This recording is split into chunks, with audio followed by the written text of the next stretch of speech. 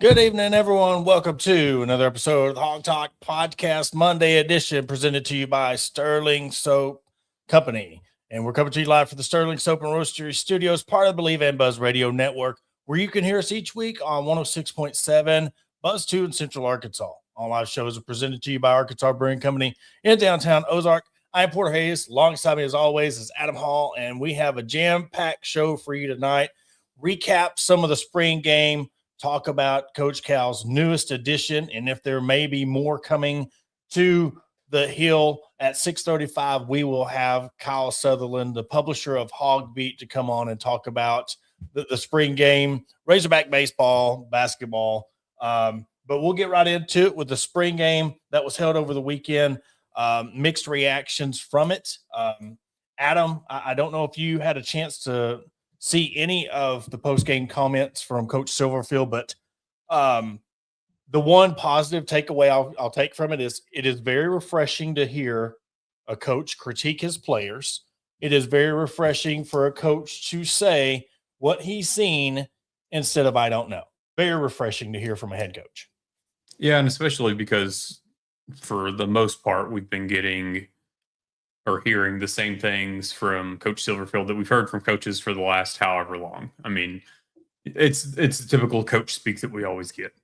Obviously we have no clips, we have no nothing since they didn't want to stream this game. So just going purely off of looking at the stat lines. I mean, you had Cam Settles 7 carries for 57 yards and a touchdown. Braylon Russell 6 carries, 35 yards. KJ Jackson, 9 for 13 for 129 yards and 1 touchdown. AJ Hill, 9 for 17 for 95 yards and 1 interception. Just looking through, CJ Brown, 3 receptions, 83 yards and a touchdown, which we've talked about. CJ Brown and Chris Marshall, Antonio Jordan, they led Arkansas in receiving. It's one of these things right now that spring games are dying across the board. It's not just Arkansas. Yeah. Coaches don't want to do it, and rightfully so. I think for a lot of us, it's the nostalgia of what spring games once were, but that's gone away. You can thank the transfer portal for a lot of that, even though they have changed the window. That's what started coaches not wanting to do the spring games anymore. And you got to think back. I mean, just a few years ago, you had every SEC team streaming or on live TV. Mm-hmm. And you only had a couple this year. Yeah. So people don't care anymore. No. And a lot of it is, like you said, the transfer portal. I mean, that damaged a lot because, I mean, what you're seeing in the spring, you don't know who's going to leave and be there in the fall.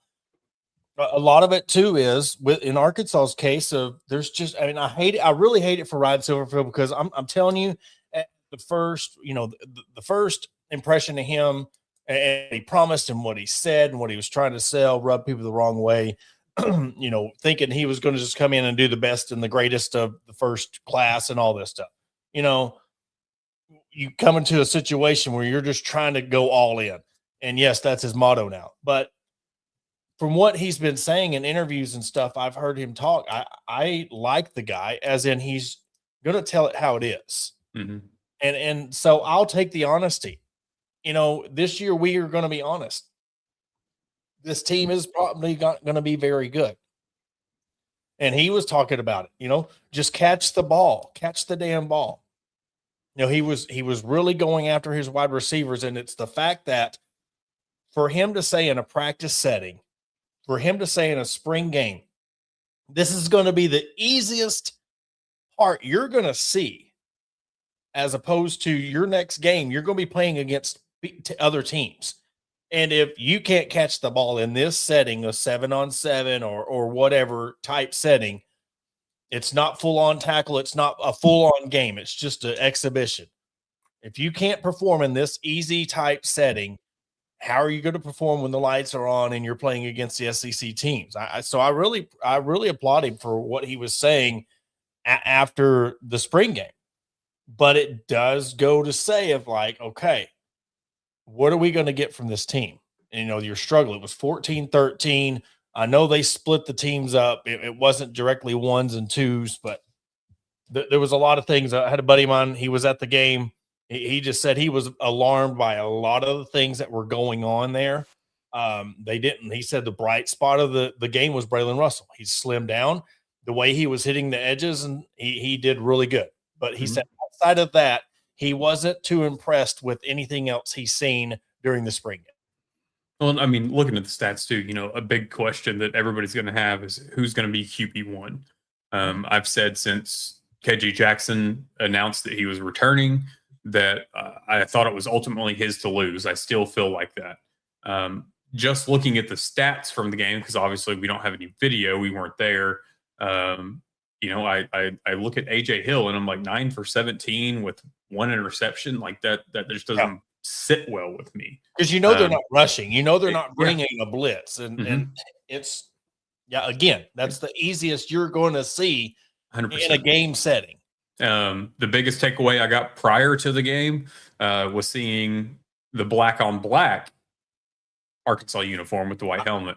Look, so, I like it. We've teased the black jerseys in these spring games. Now we're adding in the black pants for these spring games. Like, as much as I did enjoy the anthracite uniforms, like, give us an all black uniform for one night or something. I mean, quit teasing it.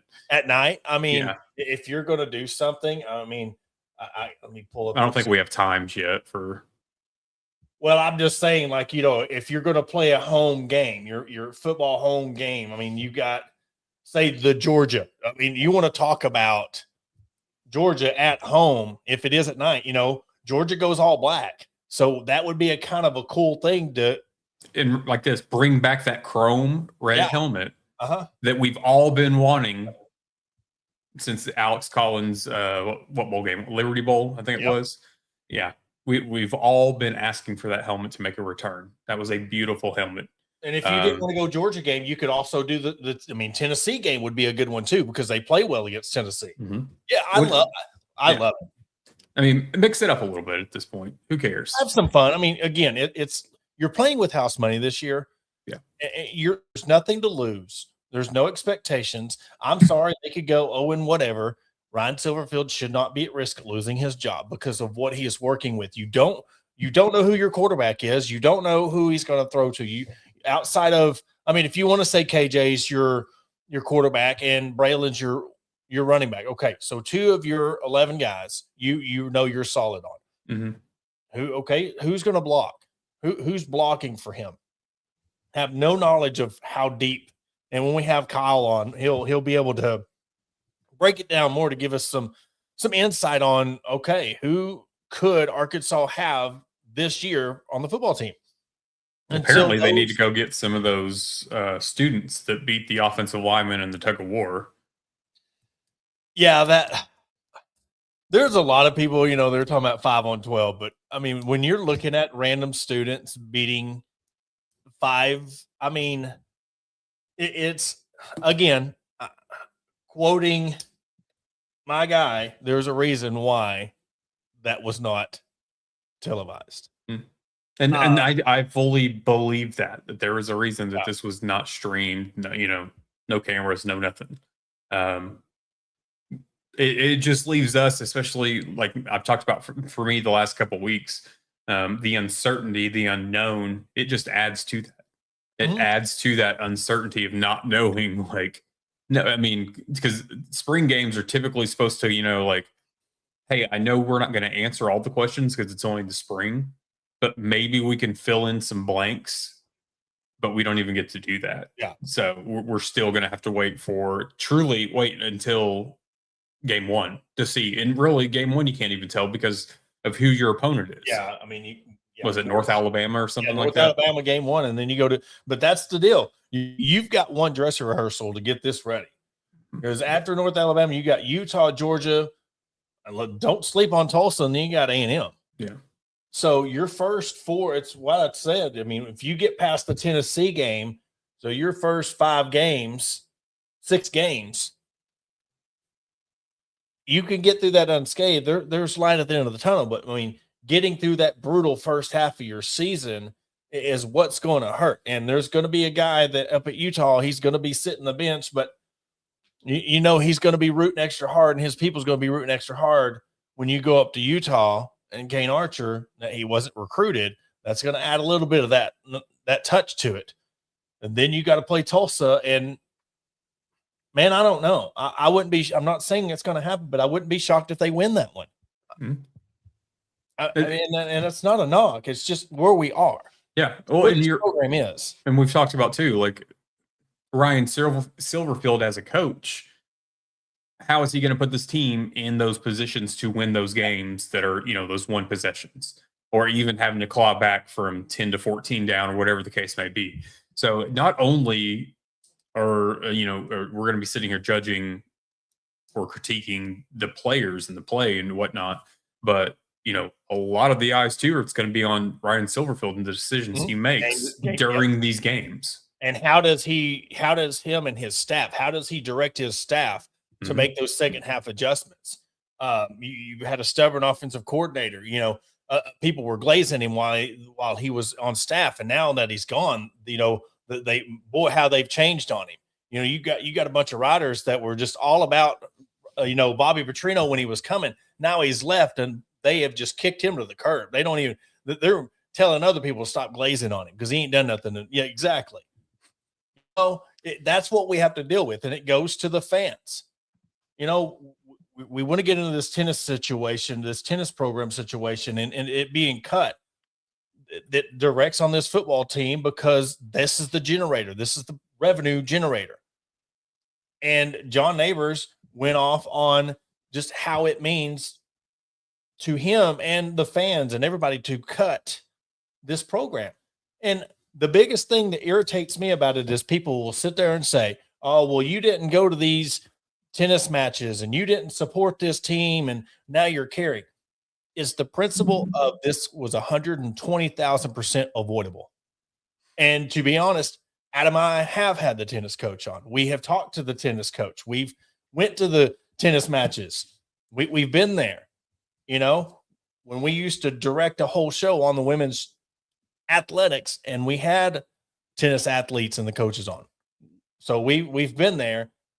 But when you cut a program fully, and guess what, Adam, give them the news about the men's program. The men's program that has just been cut is in the national tournament, and I believe they play Cornell this week in Fort Worth. So I truly hope, and is it going to happen? Probably not, but it would be the craziest thing if the men's tennis team just decided to go off and win the national championship as their program's being cut. And remind me again, what was Hunter Yurachek's message? What was the reasoning behind cutting the program? That I didn't even see his press release. Oh man, it's very similar to what he said about the football. We're not set up financially to compete. One bit. We are not financially set to compete on an SEC and national level. As your men's team made the national tournament, it's not fair to those kids. No, but those kids. The same thing about the football program. And when Sam Pittman was here, you went down there and said they're not financially set up to win a national championship. So are you going to cut the football program? I mean, if that's your excuse, and this is why people get pissed off at Hunter Yurachek, and I've been going back and forth with a super fan today. He's going to play the damn fiddle, riding the ship as this thing sinks. But in the message I told him before we come on the show, that is the circle of the fan base that needs to speak up. They sit there and they act like they're so scared to say something against the university because of their social status, where they sit in this circle of fans. They are so worried. They don't want to stand up and tell the truth. They'll be the band that rides down as the Titanic sinks. When they're wondering why everybody is saying Hunter Yurachek sucks is doing his job. And their fireback is, well, he don't just sit in an office. No, he's too busy being on the college football committee. He wants to put a second video board up at the baseball stadium, but he wants to cut the tennis program. He wants to deny a chance of somebody doing a Razorback raffle. He does it himself. How much money is that costing them a year? How much does Remy Cofield cost them a year? How much is Link U costing him a year? And you wonder why we keep getting pissed off. And you put me on this soapbox every month because he keeps doing stupid ass decisions like this and doing away with the whole program. And one of them's in a national tournament. You said the magic word. So the raffle that started this morning for the Ole Miss game, It's currently at $585 jackpot, which I know it just started this morning. But yeah, there we go. The thing with some of the fans that are backing this or defending it or whatever the case may be, I think a lot of it with some of them is just the simple fact of either they don't want to have their seats taken. Not saying that they necessarily would be. They enjoy sitting in student sections or in the front row or being on TV or whatever the case may be. And it would ruin it if they would go against the university. And it's hilarious to me, though, that you have fans that are like this, and like them or not, because I know a lot of folks have a love-hate relationship with Ruskin and Zach, but here they sat on my drive home defending the tennis teams on how absurd this is.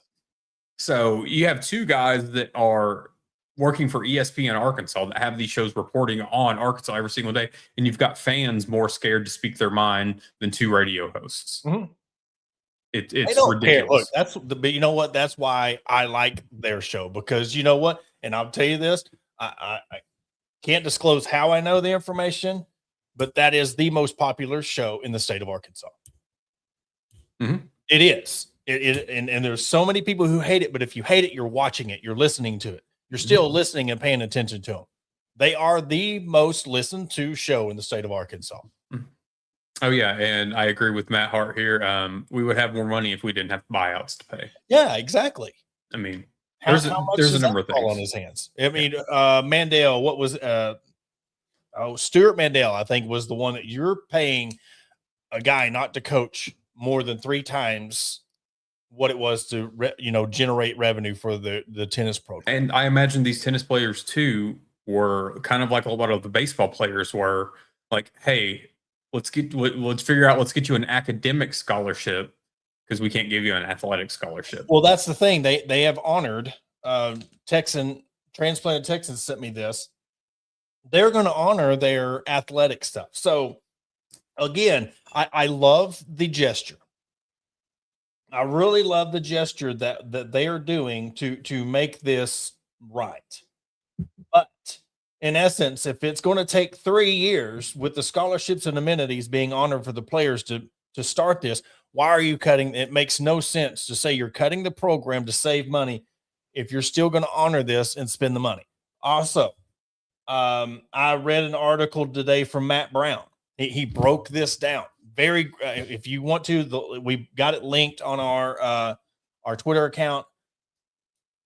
If there is players on this tennis roster, and let's go roster, they have one, let's see, Slovenia, France, Israel, Australia, Spain, Czech Republic, Slovakia. So they got 2 kids in the United States on the men's roster.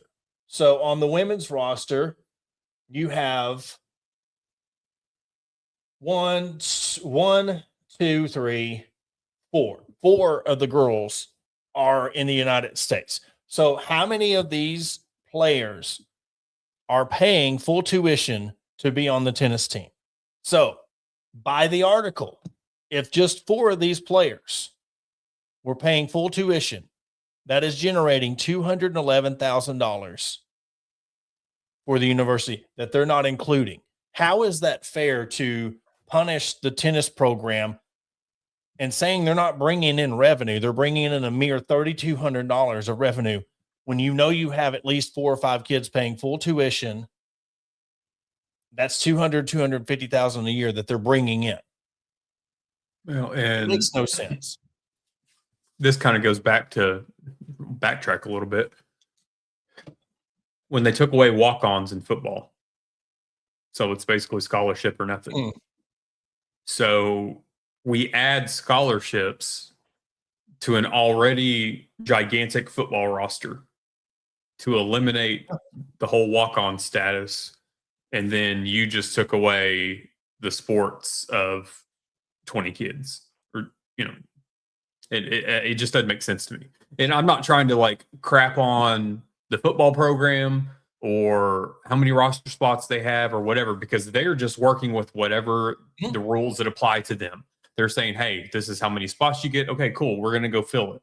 But what is it, like 105 or 85? One or the other. It shifted or whatever. But you're telling me that 85 of those are getting full rides while y'all can't figure out this little, 20 student athletes in tennis? Yeah. I'm looking it up right now. Well, another thing.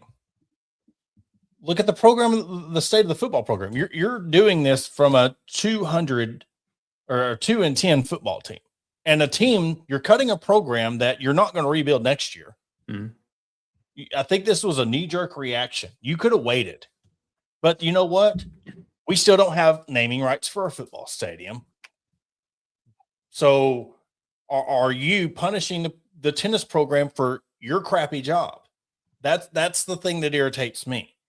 Would you have cut the tennis program if you'd had naming rights for your football? Would you have cut the tennis program if Saracen was running your raffle right now at no cost and the money went to NIL instead of the Razorback Foundation?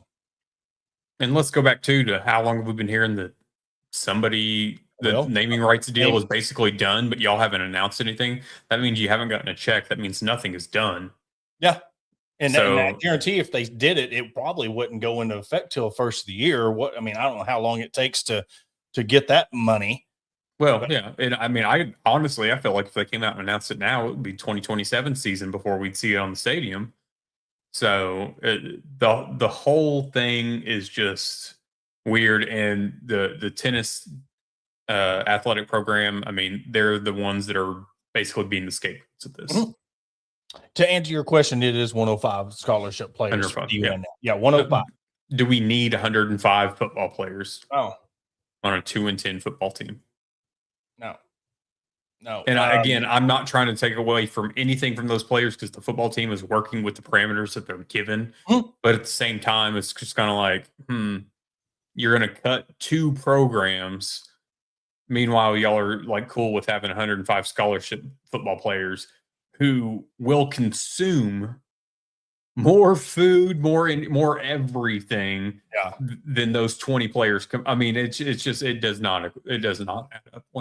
And I know, look, and it's the world we live in, and we know it's going to happen eventually.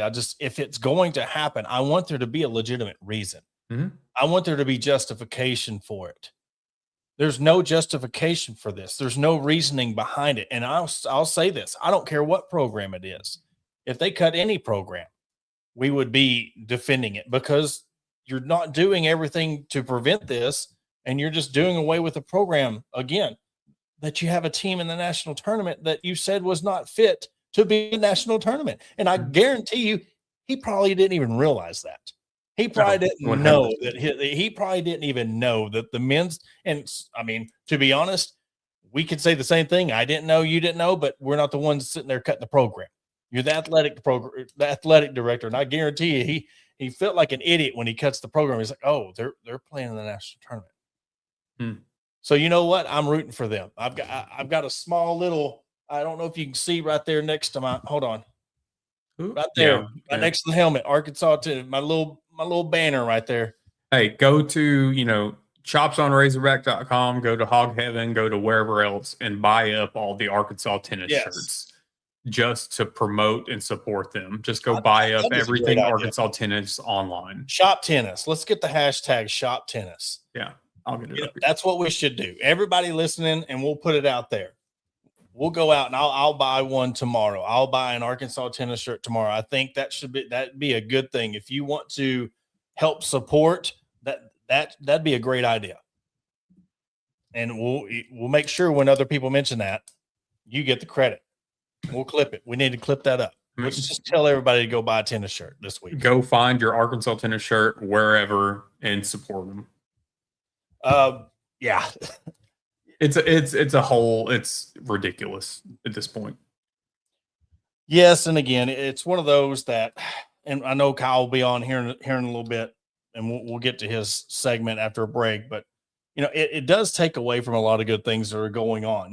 We were ready to talk about the spring game. Coach Gal's doing good with his recruiting class, and there might be signs that it's not done yet. But yeah, he landed a great recruit, and it's one of them that he's getting bigs, but it's not the true bigs.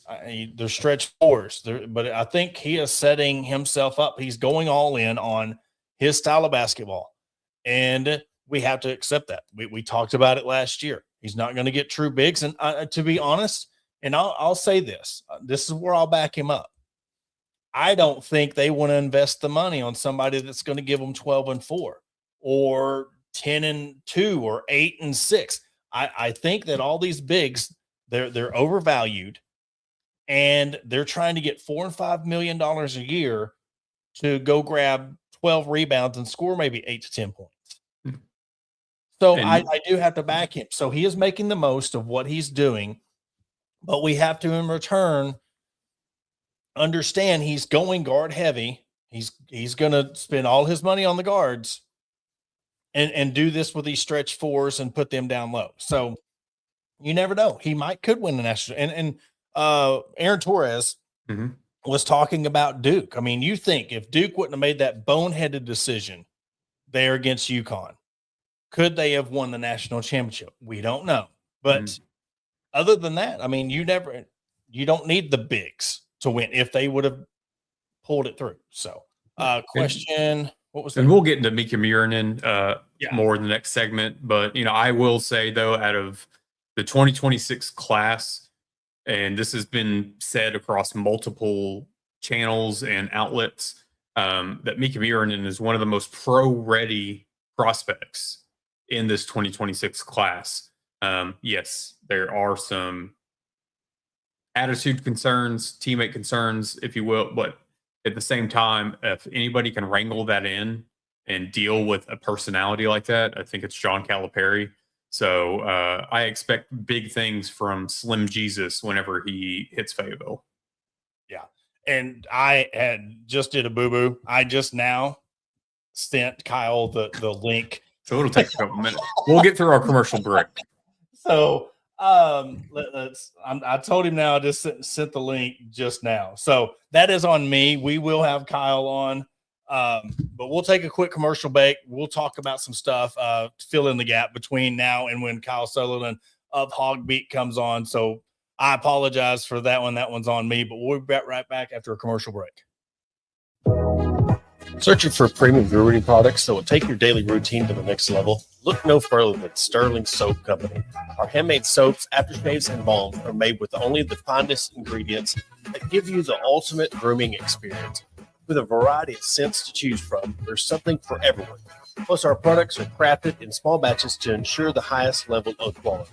So why wait? Visit www.sterlingsoap.com or visit our retail store at 16 West Walnut Street in Paris, Arkansas. Shop our collection and discover the difference for yourself. Upgrade your grooming routine with Sterling Soap Company. Are you looking for a place to grab a cold drink and some delicious food? Look no further than Arkansas Brewing Company. Located at 201 South 1st Street in beautiful downtown Ozark, our establishment offers a wide selection of craft beers and tasty eats. But what sets us apart is our welcoming atmosphere and friendly staff. At Arkansas Brewing Company, you'll always feel like part of the family. So visit Destiny and Christopher Brockett and staff today and see for yourself what makes us the go-to spot for locals and visitors alike. Arkansas Brewing Company, come for the drinks and stay for the friends. Attention DIYers and home improvement enthusiasts. Are you searching for the right tools and supplies to tackle your next project? Look no further than Mentor's Hardware Store. With locations in Ozark, Alma, and Clarksville, our vast selection of hardware and building materials is sure to have everything you need, whether you're fixing a leaky faucet or building a new deck. Plus, our knowledgeable staff is always on hand to offer expert advice and guidance. And with our competitive prices and convenient online ordering, Mentor's Hardware Store is your one-stop shop for all your DIY needs. Visit us today and let's build something amazing together. Are you looking to take your career to the next level? Look no further than ATU Ozark Campus. As a 2-year satellite campus of Arkansas Tech University, we're dedicated to a quality workforce education, industry partnerships for in-demand jobs, and tailored paths for success. Our programs are led by industry professionals. Whether it's a certificate or you're aiming for a graduate degree, ATU Ozark has you covered. Visit our website at www.atu.edu/Ozark or contact us at 479-667-2117. Your future begins here. Welcome to Ozark Area Chamber of Commerce, where our mission is simple: encourage, promote, and aid an enduring environment of shared economic opportunity and civic development for the Ozark, Arkansas area.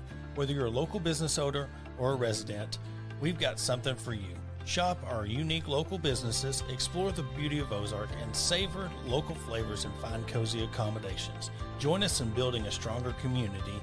And to learn more, contact us at 479-667-2525. Remember, together we thrive. And welcome back to the Hawg podcast. And we are joined now by the publisher of hogbeat.com, Kyle Sutherland. Kyle, I got to apologize for a moment. I was too busy worried about Adam talking me off this ledge about the tennis program. Look up and thought, man, where's Kyle? He ain't popped in yet. I ain't even seen any link. So that was totally on me. So I appreciate you being there waiting for my email. Oh, no worries, man. I was at my computer anyways. I was kind of watching the last little bit here before y'all hit the break. So it all worked out. No problem at all. So you seen the rant when we were talking about the tennis program and all that good stuff. All right. I did. I think I was maybe about 2 minutes late, but I was prepping some dinner for when we get done off here. And then I did hear it. You know, it's a weird deal. I mean, I agree with you guys. It's just, and look, as somebody, and Porter, I owe you a lot of credit for this, as somebody who has started to be more of a supporter of Olympic sports, who promotes women's sports, all those different things. It's very frustrating to see these athletes not have any more opportunities, at least at Arkansas, to compete. And it's with Juracek, there's so many things that, and I agree with you about how he does things that we don't really get. And I know that it's not his job to just explain everything and anything to everyone, but I think that we deserve a little bit more than we get. Like, for instance, last year, look, Remy Cofield seems like a great guy, and he might be really good at his job. I don't know, because we don't ever hear anything about him.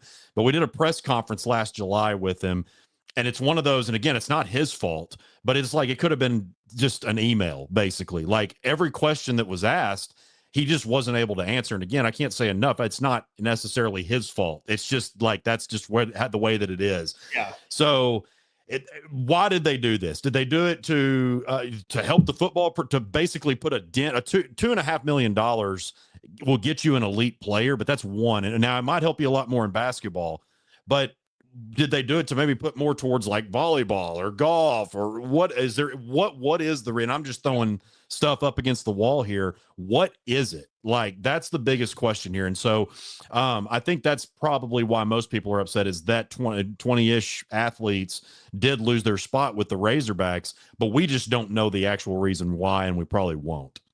Were you surprised to learn and find out that the men's team had made the national tournament after Hunter Yurchek's reasoning for cutting the program was they weren't set up to compete on a national level? Not really, just because, and I think you touched on it, whenever Pittman, like twice throughout, so at the touchdown club, I mean, he really made himself look not smart in that, like, what was that, in September, early September. And then, like, as I think you pointed out this too, or one of you guys did, about how when Pittman got fired, or like whatever, however you want to phrase it, they basically said that they don't have the funds to compete in the SEC. He said that twice. He did say it. So it's like, that also too just kind of goes back to the lack of fundraising. Like, you can't raise $2.5 million. That should be easy for you to do. Well, you've been in sales. You've done sales. You've done sales and roofing. So you think about this, and I was going back and forth with a fan. You get given the whole state of Arkansas, and you're the only roofing company in the state, and you can't raise $10 million for your roofing company or sell $10 million worth of shingles. Would you have a job? Absolutely not.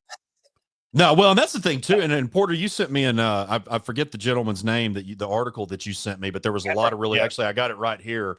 So I don't want to shortchange him. Matt Brown from Extra Points had a lot of, if you haven't read that article, a lot of really great points in there, and really breaks it down well. But one of the things that he did talk about in there, one of the multiple things that he did touch on, was the fact that a lot of these kids are international. I think there was one from Arkansas. There was one that was actually from the United States of America. So they're used to paying, like they have the funds to pay for this. So it could be paid by, less scholarships. And I don't think that would be an issue in Olympic sports, So I think that there is multiple ways that you could have salvaged this program. But again, Yurichek's just going to come out and make a statement. He loves to put everything. I don't believe that he put it on social media. He likes to put everything on social media. I don't think I saw this on there. I could be wrong. I've been very busy with spring sports cover or spring practice coverage and the red white game and all that. So I might have missed that. Forgive me, Hunter, if I did, but it's just that we just get a standard explanation. And so he did. Okay. I see that. Transplanted Texan, a great account to follow, by the way. Great information. So I didn't see it, but just because I didn't see it didn't mean it didn't happen. But there we go. There's other people that are backing that as well. All right, now we helped you talk me off the ledge. I'm calm down now. We'll get to the meat and potatoes of the interview. Going to the spring game, I had a buddy of mine that actually went to the spring game, and he just came away just kind of disappointed from just everything that was the spring game, the red-white game, how they grouped everything out, how they split people up, the tug-of-war game, he told me, and he was trying not to laugh when he told me that 12 college students beat 5 offensive linemen in a tug of war competition. But then there was a punt pass competition that was just, it went awry. Nothing about this. He said they roped off the shaded side and he was sitting in the heat the whole time. So he just said he was very underwhelmed by the team. He said Braylon Russell was the only bright spot really of the spring game in his opinion. So kind of get your takeaways from it and how does Arkansas build from that going from the spring game into fall summer camp? Yeah, I know there was, especially with the tug of war, there was a lot of people that were pretty upset or whatever about that. And I mean, I understand like where the team is coming from, just because they're trying to get a buy-in, trying to do all these different deals that they can. But as far as the team, I was a little bit surprised that they went like 1s and 2s on the same team and things like that. But at the same time, that also made me think, because every spring practice, every spring game that you hear about, you take it with a grain of salt, because it is, at the end of the day, it's still March, April, or I guess April in this case. You're right on the verge of May. You still got summer workouts. You still got all the fall camp. So I try not to judge that good or bad one way or the other. I just try to take everything into fall camp, like just with an open mind. But then you think about, Braylon Russell has been really good this spring. Cam Settles is one that they've talked about a lot. I think that the offensive line is going to be a strength when it's all said and done, because you added 2 really good pieces to Kobe Branham and Caden Kittler that are coming back. And so, but the defense, I think that the defense doing well it could be a good sign. We've seen that before and it didn't end up turning out the way that we wanted it to. But if you get some sort of support, like if David Oki comes back strong, like last year just wasn't good for him really in any regard with the injuries. And I think there was some things maybe mentally that weren't clicking. But if you get any kind of support for Quincy Rhodes, you get somebody at the jack, because they got 3 guys that they like at the jack position that can rotate in and out. Linebacker, it's a little sketchy for me right now. I know they talk highly of Bradley Shaw. I like what we saw from Wyatt Simmons at the end last year, but that's probably the position I'm most concerned about on the team overall is linebacker. Defensive back or secondary, it can't get much worse than what we saw. And you think about Lakai Rowland and Ohio State being one of the final schools in the mix for him. Joker Johnson, I really like a lot. Guys like Christian Harrison comes from a great pedigree and is a good player. One that I'm really watching in the secondary is Miguel Mitchell. It's pretty much like this is his final season. This is his 5th season playing in the SEC. You don't have to be an all SEC player. You just have to be a really good leader, and you have to not miss tackles. He missed the 3rd most tackles on the team last year. Like, that's just not acceptable. You are a veteran in this league, and you have to be a leader for that group. So I kind of broke down a few different, I know I'm mostly focused on defense right there, but I think one thing that has really been encouraging, one of the few things that's been encouraging, is I've heard secondary coach Darren Wilson talk about how he wants all of his guys to know each position. He wants the star, which star is kind of that hybrid role that we've heard Ron Roberts and some of the position coaches talk about. He wants his star positions to know what the corners are doing. He wants the left cornerback to know what the right cornerback, free safety and strong safety, and so forth. CJ Brown played a position, he played in the slot that he's not as used to playing, and they're really not accustomed to playing at all in the spring game. So you're seeing these players be held accountable for knowing not just their exact position, but really their entire unit, which if you're smarter at other positions and you know what your guys are doing and you hold that accountability, then things are typically going to work out better for you. So I don't think it's going to be a 2-win season, but I'm not necessarily saying it's going to be an 8-win season either. Will they make a bowl? I don't know. Obviously, bowl games don't mean what they once did. So kind of a long-winded way of saying that, just kind of breaking a few things down that I noticed there. I think that quarterback, I'm a little bit, what could happen right there as well? I'd probably say maybe behind linebacker. That's my most concerning position. But all in all, I think that this has a chance to be a pretty good team, or decent team at least, particularly because you do have some talent. But I think the fact that people are happy. There were a lot of people that just weren't happy last year. That was not a bad football team that they fielded. It was a very undisciplined and somewhat unhappy. You think about the amount of one-score games that they lost. Yeah. So, and obviously a lot of those guys are gone now. But I don't make too much of spring games. Again, I've been like that for years, just because you just never know. Like when things are going really well, I try not to get too up about that. But when things are going really, really bad, I try to be the same way. So yeah. I think, between CJ Brown, Steven Souls had a really good game. I'm going to call him Song because nobody can pronounce his name, but he had that long interception return for a touchdown. You saw some really good things, but you also saw some kind of off the wall things like tug of war and all those. Yeah.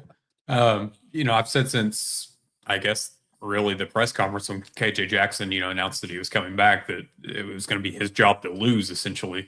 Just looking at the stats, obviously, because we have no video of anything, but, KJ going 9 of 13, 129 yards and 1 touchdown. And I think the more concerning thing, to an extent, if this is a competition, was AJ Hill going 9 for 17 for 95 yards and an interception. Is the quarterback room maybe not what some folks think it's going to be?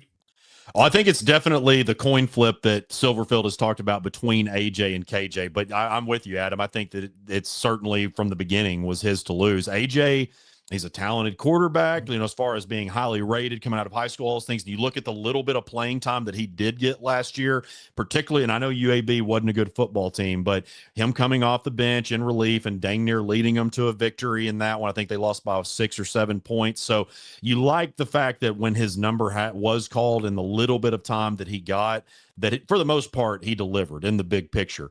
But yeah, and look, Braden Fuller has a lot of experience at the D2 level. I don't know that he's been quite the same since he had that injury after he had been the Harlan Hill finalist and all that. But yeah, I'll say this, guys, and I'm not trying to open up a massive can of worms, but how nice would it be to have Kane Archer on this just to provide. Now, I'm not saying he would have been the starter, but I'm saying, like, for him to come in as an Arkansas kid, obviously we knew that, and we know, and I'll tell you, the kid between the ears is as smart as any quarterback that I've ever covered. And I'm not saying that he would be in the 1 and 2 mix, but I'm saying just to be in that room and to provide maybe a little bit more competition and I know Cade Trotter's a walk on and all those different things, but I don't know that they really did. Past AJ and KJ, I don't know. You can talk about Braden Fuller's experience and all that stuff all you want, but I don't know that they did a very good job of the quarterback position, as a whole. And maybe they just wanted really it to be between KJ and AJ, and then you have a guy like a Braden, just because, again, I keep going back to the experience. But yeah, quarterback, I would say linebacker again is the position that I'm concerned about the most. And then right behind that is quarterback. I mean, just right behind there. And if it wasn't KJ there on campus, somebody that's been very loyal to the program, someone that does have someone that does have an SEC playing experience, then I'd probably have quarterback at the top, no matter, and it wouldn't even be close. But we'll see what happens. One quick thing, sorry. This is just what ifs. We're going to play the what if game real quick. If Kane Archer had came to Fayetteville, would we have a Mitch Mustaine 2.0 situation with the fans on, chanting his name when one of the other quarterbacks is down and out? Probably so, just because, and the thing is too about Kane, he lost his final game as a high school. Shiloh Christian beat Greenwood, so it's always, especially when you win. He was on a 39 game win streak or something. So when you finally lose a game, you break. It's like Alabama football a few years ago. They were dominant for so long. Winning wasn't enough. You had to blow people out. So because he went to Utah, obviously not. I mean, if he would have gotten the Arkansas offer, I think we all probably know where he would be. But I think because he went to Utah, Greenwood lost the state championship game, all that stuff just kind of, and just the fact that he moved on and went to somewhere else, that kind of all just fizzled out. But yeah, I think that would probably be the case. Maybe not so much at the spring game, but if let's say you get to the season and KJ is struggling and AJ comes in and things aren't going well, that would probably be that. I do think that. And again, I don't even know that I don't think that he's going to be in the starting mix at Utah. So they still got some things to learn. There's no question about it. But I just think that I think that there are other, and I was throwing Kane out there just as an example, but I do think that there are other options that they could have brought in that could have provided maybe a little bit deeper of a competition. And look, I've only seen a little bit of practice, and we've had somebody at practice every time that the media has been able to watch, and we only see so much. There's still a lot to find out, but I'll just being completely honest, I wasn't overly impressed with what they did with the quarterback room. And in a roundabout way, and this is where we can kind of read the tea leaves. Was he saying that he was going mix things up because he truly doesn't know who his ones and twos are, which is not a knock. I mean, he's not been there long enough to really kind of evaluate what he has. So, I like the play on it of saying, well, we're just going to put this guy who we might think might be the one left guard with first or the second right tackle, whatever. But it could be a play on, he just don't know who all his two people, his depth chart is. So I asked whenever Ron Roberts told us that in the press conference last month, I guess a week ago, I reached out to a Power 4 offensive line coach, and I reached out to a very heralded high school offensive line coach. I asked both, I said, don't you need to probably get the ones that you feel like are your ones meshing? Because defensive line, and an offensive line, you're going to have a rotation too. They talked about how they wanted to have at least 7 or 8. But I asked both of them, and both of them said, if I'm making the decision, then my ones are all playing together. The ones, the guys that I believe are going to be your ones come fall camp. Both of those guys, very heralded high school coach, and also a Power 4 offensive line coach as well. So I like the fact that obviously you want your quarterbacks to be on different teams. That's fine. Yeah. You got some running back, Cam Sutton. I'm just saying, Cam Settles and Braylon and Sutton didn't get any carries. Silverfield said that was a reasoning. They also said that that they were not going to play down the stretch last year. He also said that Sutton Smith didn't play for whatever reason, but we can all make our own judgment on that. But putting Cam Settles and Braylon Russell on different teams, I understand that. Putting receivers, but offensive linemen, that's why I reached out to people that are a lot smarter about this than I am. And because when I was looking at it, I was looking at, he put KJ Jackson with Crutchfield Brown, a lot of his quarterback with a lot of the ones. So me and Adam were talking about that. Okay, I see the rhythm. You need a lot of reps and repetition through that. That's one of the ones you can't do in just drills. So that's what made me think, okay, he's doing ones and twos, or mixing it up, but how he did KJ Jackson with the receiving core, that made sense because we kind of know who his number one guy is. But it just made you think of, that he's really trying to, and I gave Adam, and you've known me for, 8-9 years now. Ryan Silverfield's all in and how I am with Clemson and Dabo, and that was his saying since 2008. So I'd give him a little razz about, bringing that all in when I've heard that since 2008. I thought that, the gimmick he's doing there, but he wants to come in and do a job, and I don't think he's been handed a full deck. So this year one for me, house money. I told Adam they could go in whatever. It's house. I just think he needs to build his program, and we need to give him at least 1 year in this situation because I can't remember a team coming into a season where there's so many questions on who's going to be your true lineup. Yeah, no, I agree with you wholeheartedly, Porter. And that's the thing. That's why I was talking with Wes Moore and I were talking about that recently. And like with how many new players that you have. And I know that with the portal and everything like that, you have to, and especially in today's landscape, then like you have to pretty much win immediately. So I understand why he came in and they talked about, now, what does that win immediately mean? Does that mean 6 wins in a bowl? Does that mean 7 wins in a bowl game gets you 8? Like, what exactly does that mean? So I do agree with you, because like there's over 60 new faces, and Silverfield has talked about how they don't want to do that. Like, this is the only year that they want to add that many out of the portal. Ideally, you go back to in some ways, the old school mentality of the recruiting the high school guys, developing them. So that's not the way that they want to build the roster every year moving forward. I mean, I think any coach would probably, especially in football, when you've got way more bodies on a team, probably wouldn't want to do that. So yeah, as long as it's just not completely disastrous. Like if it's like a Chad Morris, I know there's some people that say Silverfield's Chad Morris 2.0, all those different things. If it's like a 2-10 season, I'm just speaking completely hypothetically. If it's a 2-10 season and you're just getting your brains beat in and all those different things, not a 2-10 season like last year where you lose a lot of ones. That was completely different. It's still unacceptable, but completely different. But I just feel like as long as it just doesn't completely fall off the rails, you do have to be patient. Now, he might not have done himself a favor by coming in and immediately saying that they're going to win immediately. But again, what are you supposed to say in today's landscape? Exactly. Kurt Cignetti has set the bar so high for everybody. I mean, set the bar, unrealistic, really expectations for everybody. So it's no longer this, oh, we'll get this guy in, we'll give him 2-3 years to get his players, get his development. It's those days are long gone, especially at the Power 4 level. So, but yeah, I do think you have to give the guy a little bit of leniency, just because so many, and even the faces that are back, like Braylon Russell has a lot of experience, Caden Kittler, Quincy Rhodes, all those different things. You like, there's still like the Cam Settles of the world, the KJ Jacksons of the world that don't have a ton of experience. So I think that they're like, you don't want it to come out and just look absolutely piss poor atrocious. That would be a problem. But the big measuring stick for me is going to be on September 12th. Like, you expect them to take care of business against North Alabama. You go to Utah, and if you go there and like at the very least, you want to, and I know fans are so sick and tired of hearing this, you want to see them just compete and take it to the end, whether the scoreboard says win or loss. But then you got a Georgia team that's going to want, look, I don't care what anybody says, Kirby Smart is going to use. That was really, look, I like Silverfield. I sent him a text as soon as he got hired, and he hit me back within less than 5 minutes.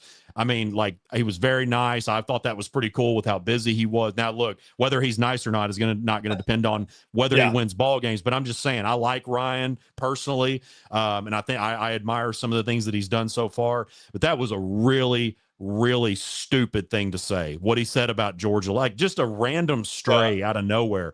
And that's going to be used. You don't think Kirby Smart is not going to be playing that throughout his locker room? Yeah. If he has a chance, he's going to put 70 up on this guy. So, and that's the thing too. Silverfield probably knew. He talked about how he had previous chances to coach in the SEC, so he probably knew he was going to be there one day. So that just was a really stupid thing to say, like for any coach to say that I mean, especially if you have a chance at going up against Georgia. So starting 2-0 is very crucial, because then you've got that Georgia game. I mean, yeah, it goes without saying it's crucial, but that's going to be the measuring stick. Like, they can't go out and lay an egg, obviously, against North Alabama, but you do, like I said, you expect them to handle business. Then what will they look like against Utah? That's when I think that we're really going to see where this team is in the early stages under Silverfield. Yeah, and even that Tulsa game, I told Adam, I mean, do not be surprised if Tulsa sneaks up and gives them a hard game or wins. But I did tell him, the silver lining is if you get past Tennessee, we don't know what Vanderbilt's going to be post Pavia. I mean, and then you have Drink and Missouri, and then you have Auburn and South Carolina. I mean, they could make a competitive season out of this, and respectable season out of this. They do have a chance at that. But it just depends on how this goes. But Kyle, it's always really good having you on, man. I really appreciate you coming on, talk spring game. I'm sure we'll have you on again sometime in the summer when you've had a chance to evaluate the team and we really see what this team's about and do a preseason coverage show with you. Yeah, man, absolutely. Anytime. Hey, man, the Hawg Talk is it opened up a lot of doors for me. I mean, I wouldn't be, not that I'm anything big by any means, but I wouldn't be where I am without. You just changed the second part of your name. You went from Hawg Talk to Hawg Beat. So, yeah, I mean, exactly. Yeah, well, with a little bit of a mix of high school in there, that was a really hard decision to leave. I think Talk's underneath the beat on that shirt. He duct taped over it. Yeah. It's got yeah. So we are proud of you, man. We're proud. The Hawg Talk opened up a lot. I mean, it opened up a lot of doors for a lot of people, and so I wouldn't be, at this point without it. So no, always happy to join you guys. It's always a lot of fun. I appreciate you, man. Good luck. Best of you covering this team this year, man. Yeah, it's going to be interesting for sure. Appreciate you. Have a good one, man. Fellas, appreciate y'all. See you. Bye. That was Kyle Sutherland, publishing editor of hogbeat.com. Always awesome to have him on and come on and break down the football team and the spring game and expectations. So we'll wrap things up with Cal. I know, Adam, you wanted to add some things on the basketball and the recruiting and just the class that Cal is putting together and in this show on a very bright spot of just how historic this recruiting class could become. Well, currently now with adding Mika Murinen today, Arkansas now sits number 1 in the recruiting class for 2026. Mika Murinen is one of the most pro NBA ready. And I say pro NBA because, European, overseas, pro leagues, whatnot. He's the most NBA ready prospect that a lot of different outlets are reporting on. He is a guy that can be me first. He is a guy that has had some attitude issues, if you will, but I think some of that does come from the type of play overseas mixed with the type of play over here in America. I think there's just a disconnect between the two. So I think you've got a guy that wears his heart on his sleeve, wears his, he speaks his mind, whether it's in another language or not. You might not understand it, but he is one that I've seen. We posted a video on Hawg HQ last night, and yes, most of the video, the minute-long video, was just of dunks. And there's a lot of people questioning him. His shot, he's not shooting from the top of the key. He's not this, he's not that. And the first thing that pops in my head is some of those that are, hey, where's his shot at? Which he can shoot the 3, but y'all are also the same folks that are wanting this dominant big man. So here we are. We've added another stretch 4 at 7 foot. You have him listed anywhere from 6 foot to 7'1", depending on where, or 6'10" to 7 foot, depending on what you're looking at. But it's a guy that plays at the rim. It's a guy that gets to the rim, whether that's off alley-oops or dunks himself or fast breaks. He runs the court better than any other 7-footer you're going to see. He would be what we wanted Big Z. What we seen kind of the flashes and glimpses of Big Z at Illinois this year. He's Big Z on steroids when it comes to his type of play. I think that Murinen is more of what we wanted to see consistently, because we did see glimpses of it from Trevin Brazil. I do think that Trevin Brazil shoots the 3 better than Mika Murinen does, but from just the running the floor, the dunks, all the other things outside of the 3-point shot, I think Mika is what we wanted Brazil to be in that stretch 4 position. I will give Brazil the edge on shooting 3. But Mika Murinen is going to bring another aspect that we have not seen at the University of Arkansas. And especially when you're going to have Abdou Toure and Jordan Smith Jr. throwing him lobs, it's going to be Lob City 100% this next season. And then if you add back Malik Thomas, God, if you're already going to take a great roster, and then you have the possibility of still returning Malik Thomas, and I'm pretty certain you're going to return Billy Richmond. It's insane how good this roster could be next season. Yeah, absolutely, and that's what you want. You want Slack. What did we like so much about Acuff? He went to the rack. Billy Richmond went to the rack. Mm-hmm. You look at JD Notae. What about him? Went to the rack. Mhm. I mean, they could score, but we love the ones that could go to the rack. And guess what? That also contributes to free throw shooting. You get to the line, you have a guaranteed bucket that's going to be another person to get the team in foul trouble. You're not having one guy do that all. You know, that was the one critique I had about Malik was he would drive in the mid around the elbow and the free throw line, but that it would be free throw line extended. That was it. He would sometimes go to the rack, but he wouldn't. He would always do the mid range. If you have a guy that can now, you have somebody you can lob to, and he's not afraid to go to the basket and draw contact. I will take that over him doing and stepping out, because that's what I missed about Brazil was, yes, he would go out and hit a corner three or the top of three, but he would do that maybe 1 or 2 times a game. I would much rather somebody I know that's going to go to the rim 8 to 9 times a game, draw contact, and be a dog, be somebody that they fear going to the rack and get the points, opposed to they're standing and being a corner. You know, they're standing on the corner just out there on an island. Yeah. So I'm really excited to see what this team's going to be. And as Transplanted Texas pointed out, one of the biggest things is Hogs got them and Kentucky didn't. Yes, So, absolutely. And they really thought that they were going to get him. Sure. So and that's another win for Arkansas. definitely. But Adam, to wrap things up, man, we're really leaning on basketball, and that's it right now. We hope baseball turns things around. We really do. There's the hope. But if you have not read that article from Matt Brown, please go on our Twitter page. Great article on breaking down, the rev share and stuff like that. And then, you can't not think about Jocelyn, who just entered the transfer portal, the star gymnast. How does that play into things? I know there's a lot of people saying she wanted to go, train with her fellow teammates at Georgia and get ready for the Olympics. I understand that. But the word doesn't make sense is you're leaving an Olympic gold medalist to go train with. So it's almost like softening the blow a little bit. Where does NIL come in that? Because the report we've seen estimated the whole team gets $35,000 from the rev share. That leaves it at $1,900 per gymnast.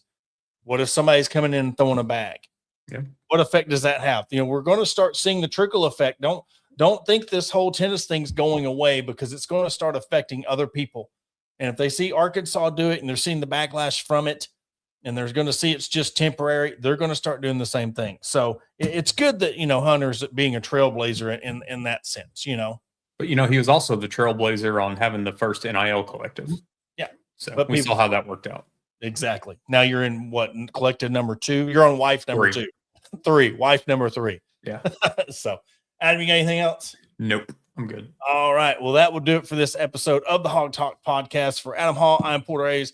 Thank you for everybody for tuning in, and we will catch you on Thursday.